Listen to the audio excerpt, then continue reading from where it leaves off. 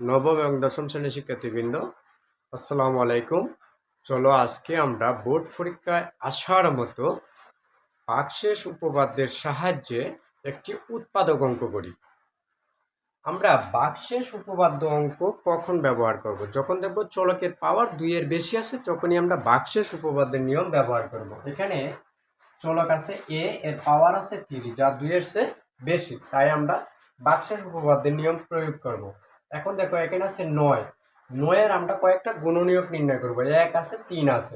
আমরা যদি এখানে এই চলক এর জায়গায় 3 বসাই তখন 0 আসে। মনে রাখবে চলকের মানটা এইখানের যে গুণনীয়কটা আছে, 9 এর যে গুণনীয়ক আছে, এমন একটা সংখ্যা নিতে হবে যেটা এখানে বসানোর পরে ভাগশেষ কত আসবে? 0 আসবে।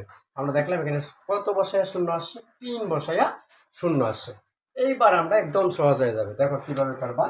প্রথমে এখানে a কিউব লেখা আছে, তুমি প্রথমে a কিউব লিখবা। এখানে কি চিহ্ন আছে? মাইনাস। এখানে মাইনাস লিখবা। যদি প্লাস থাকে তাহলে প্লাস লিখবা, মাইনাস থাকলে মাইনাস লিখবা। এখানে আমরা মাইনাস লিখলাম। কত বসায় পাইছিলাম? 3, তাই আমরা এখানে লিখে নিব 3। এবার হলো কিউবের পরবর্তী পাওয়ারটা কত? স্কয়ার। এবার এখানে আমরা লিখছি 3টা স্কয়ার, কিন্তু দরকার কয়টা? 6টা, তাহলে আরো 3টা লিখবা, 3a²। এবার বলো মাইনাসে মাইনাসে কি চিহ্ন হয়? প্লাস চিহ্ন হয়।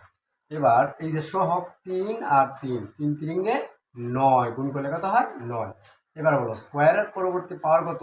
a। মনে মনে এখানে 1 আছে, দেওয়ার দরকার নাই। এবারে এখানে লিখলাম 9টা a, কিন্তু আমার দরকার কয়টা a? 12টা a।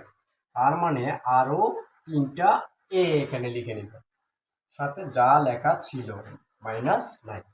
এবার দেখো এখানে আসল খেলাটা শুরু।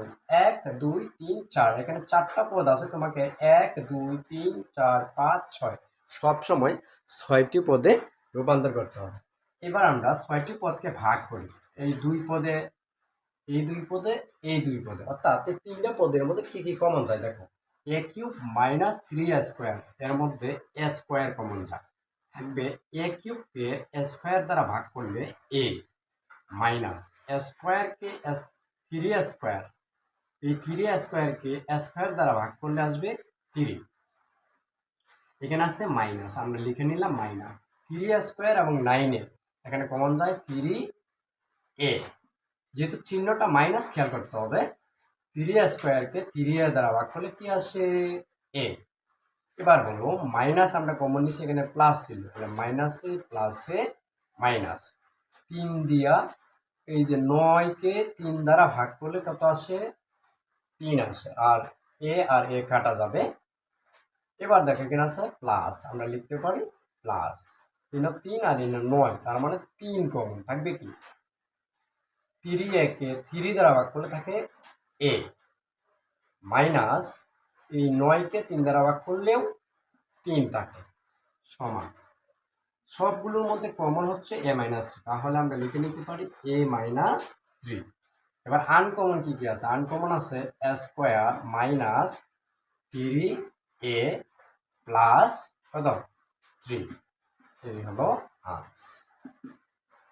ক্লাসটি কেমন লাগলো অবশ্যই কমেন্ট করে জানাবে। ধন্যবাদ সবাইকে।